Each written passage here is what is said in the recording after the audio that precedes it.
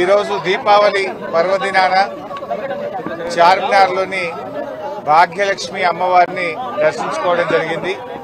రాష్ట్ర ప్రజలందరికీ కూడా దీపావళి పండుగ శుభాకాంక్షలు తెలియజేస్తా ఉన్నాం. ఆ అమ్మవారి దయతోని రాష్ట్ర ప్రజలందరూ కూడా సుఖ సంతోషాలతో ఆయురారోగ్యాలతో ఉండాలని, ఆ అమ్మవారు మనందరినీ చల్లగా దీవించాలని ప్రార్థించడం జరిగింది. ముఖ్యంగా హైదరాబాద్ అంటేనే ఒకప్పుడు మత సామరస్యానికి మరి ప్రతీకగా మన హైదరాబాద్ ఉండేది. చార్మినార్లో భాగంగా భాగ్యలక్ష్మి అమ్మవారి దేవాలయం ఉండడం, హిందువులు ముస్లింలను గౌరవించడం, ముస్లింలు హిందువులను గౌరవించడం, ఒకరి పండుగను ఒకరి సాంప్రదాయాల్ని ఒకరు గౌరవించుకునే గొప్ప సంస్కృతి మన హైదరాబాద్కు ఉంది. ఈ హైదరాబాద్ నగరం ఇంకా వెలిసిల్లాలని, ఇంకా అభివృద్ధి పథంలో ప్రయాణించాలని అమ్మవారిని ప్రార్థించడం జరిగింది. అయితే ఈరోజు రాష్ట్రంలో మనం చూస్తా ఉన్నాం, ఈ మధ్యకాలంలో పోలీసులకే రక్షణ లేకుండా పోయింది. మొన్ననే చూసాం, ఒక రౌడీ షీటరు ఒక పోలీస్ కానిస్టేబుల్ని చంపడం జరిగింది. ఇది చాలా దురదృష్టకరమైన సంఘటన. అంటే హోంమంత్రిగా ముఖ్యమంత్రి ఉన్నాడు, ముఖ్యమంత్రి హోంమంత్రి, హోంమంత్రి ముఖ్యమంత్రి, కానీ ఇలా ప్రజల్ని రక్షించాల్సినటువంటి పోలీసులకే రక్షణ లేకుండా పోయింది రాష్ట్రంలో. అంటే ప్రభుత్వం పూర్తిగా శాంతి భద్రతల్ని నెలకొల్పడంలో, ప్రజలకు రక్షణ కల్పించడంలో ఈ ప్రభుత్వం పూర్తిగా విఫలమైపోయింది. ఇవాళ నిజంగా ఒక కానిస్టేబుల్ మరణించడం అనేది చాలా బాధాకరం. ఆ కుటుంబానికి మరి ప్రభుత్వం అన్ని రకాలుగా ఆదుకోవాలని, వారి కుటుంబ సభ్యుల్ని మరి ప్రభుత్వ ఉద్యోగంతో పాటు వారిని అన్ని రకాలుగా ప్రభుత్వం ఆ కుటుంబానికి అండగా ఉండాలని కూడా మేము ప్రభుత్వాన్ని డిమాండ్ చేస్తా ఉన్నాం. దీన్ని రివ్యూ చేసుకోవాలి. నిజానికి నైతిక విలువలుంటే, బాధ్యతలుంటే ఆ రోజుల్లో హోంమంత్రులు రాజీనామా చేసేవాళ్ళు.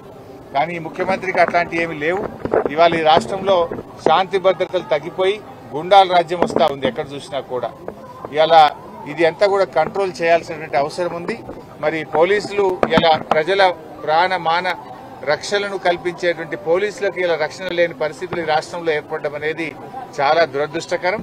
మరి అమ్మవారిని కూడా మేము ప్రార్థిస్తాం, రాష్ట్రంలో మరి ఇంకా శాంతి భద్రతలు నెలకొల్పాలి, రాష్ట్రంలో ఇంకా మంచి అభివృద్ధిలో ముందుకు సాగాలి అని చెప్పి అమ్మవారిని కూడా ప్రార్థిస్తా ఉన్నాం.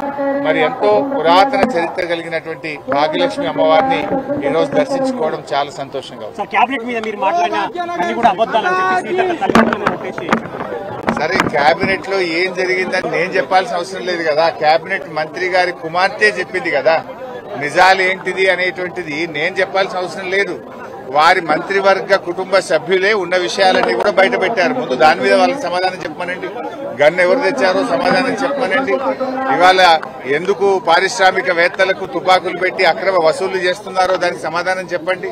ఎండోమెంట్ ల్యాండ్ విషయంలో ఆవిడ చేసిన ఆరోపణల మీద ఒక సిట్ వేయండి, లేదా ఒక జ్యుడిషియల్ ఎంక్వైరీ కమిషన్ వేసి మరి న్యాయం మీద వాస్తవాలు బయటకు తెచ్చే ప్రయత్నం చేయండి.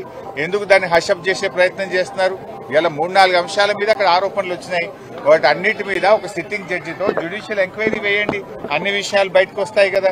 ఇవి మేం చేసిన ఆరోపణలు కాదు, మీ కేబినెట్ మంత్రులే చేస్తున్న ఆరోపణలు, మీ కేబినెట్ మంత్రుల యొక్క కుటుంబ సభ్యులు చేస్తున్న ఆరోపణలు. వీటన్నిటిని బయటకు తీయండి, బయటకు రావాలి. నిజంగా మీరు తప్పు చేయలేదు అంటే, మీరు ఇలాంటి జరగలేదు అంటే విషయాలు బయటకు తీసుకురండి.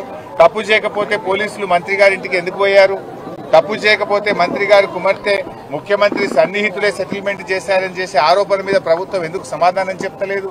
ఇలా హైదరాబాద్ గుండా రాజ్యంగా మార్చారు. ఒకప్పుడు బీఆర్ఎస్ ప్రభుత్వము పెట్టుబడులకు స్వర్గధామంగా మారుస్తే మీరు గన్ కల్చర్లు పెట్టి పెట్టుబడిదారుల దగ్గర అక్రమ వసూళ్లు చేసి వాటాల్లో పంచుకోవడంలో తేడాలు వచ్చి మీరు తన్నుక చేస్తున్నారు.